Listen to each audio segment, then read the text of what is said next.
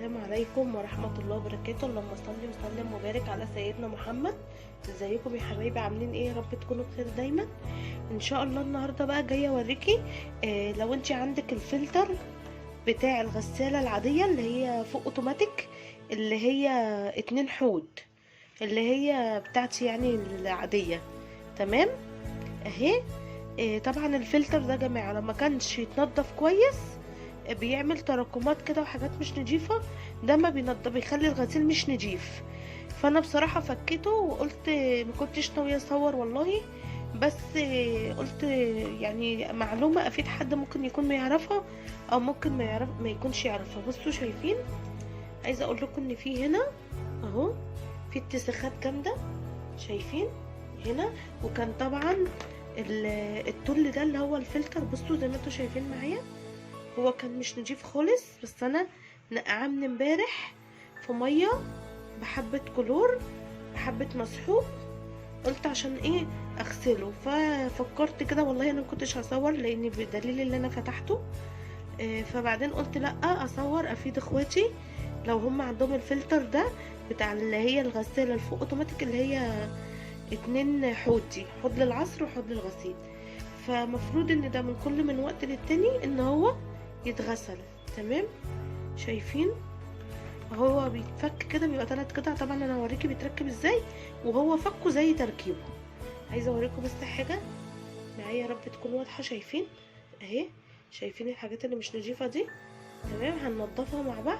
طبعا انا حاطه هنا ميه بحبه خل بحبه كربوناتو بنقطة كلور صغيرة. ما تكتروش الكلور لان الكلور بيتفاعل مع الخل يا جماعة عشان اللي عنده حساسية ما يتضرش منها.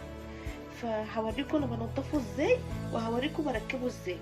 تمام انا قلت افيد بيه اخواتي عشان بس ايه اللي عنده الغسالة دي وما بينضفش الفلتر. لا يا جماعة الفلتر لازم يتنضف عشان خاطر الغسالة لو الفلتر وسخ مش بتنضف حلو وريحة الغسيل ما بيبقاش كويس.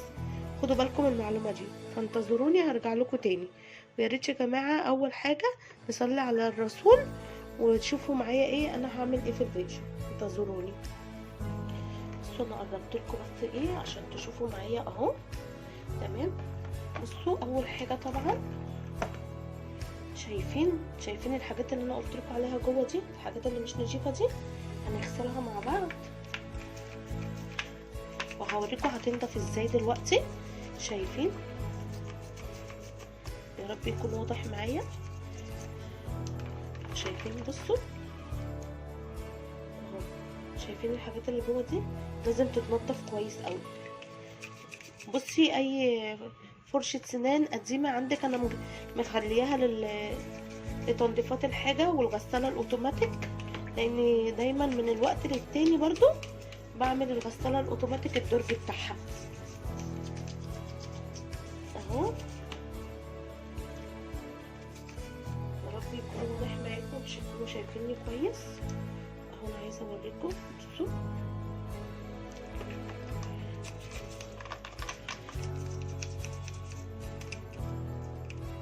عندك برضو الفرش دي حلوه قوي، 3 ب10 جنيه ممكن تجيبيها. نحط بس حبه صابون كده من بتاع المواعين اهو. بصي وحاولي تحطي في الميه كده وتغسليها برضو دي. شايفين اهي الحاجات اللي مش نضيفه فيها اهي برضو.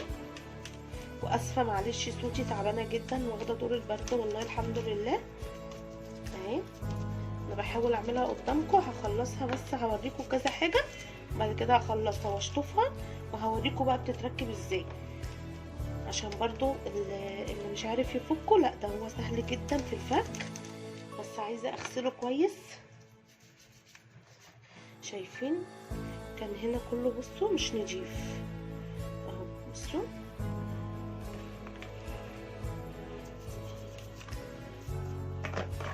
تمام. وبرضو ده كده ده عادي تغسليه عادي. ده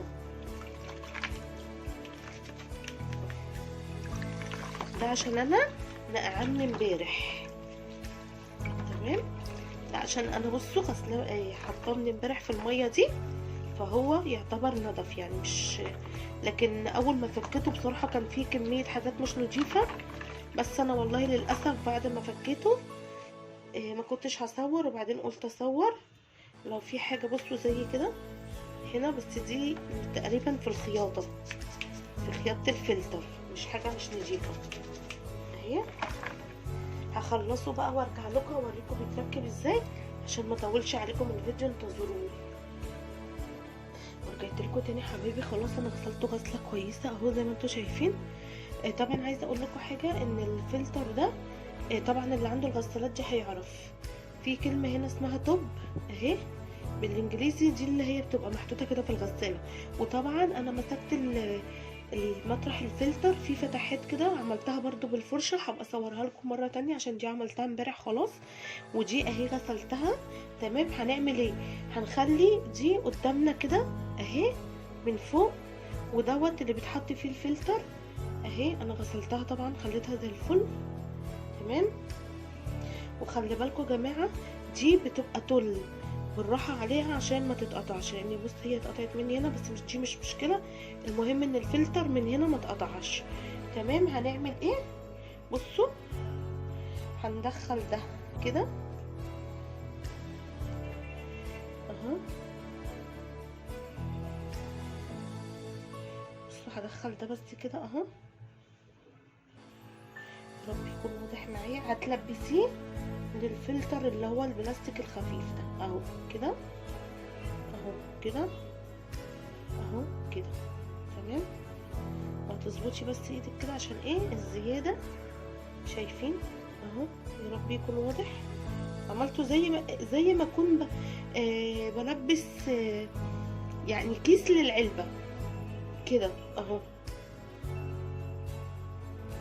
اهو. يا رب يكون واضح معاكم اهو اهو، شايفين تمام. وهعمل ايه؟ هاخد ده كده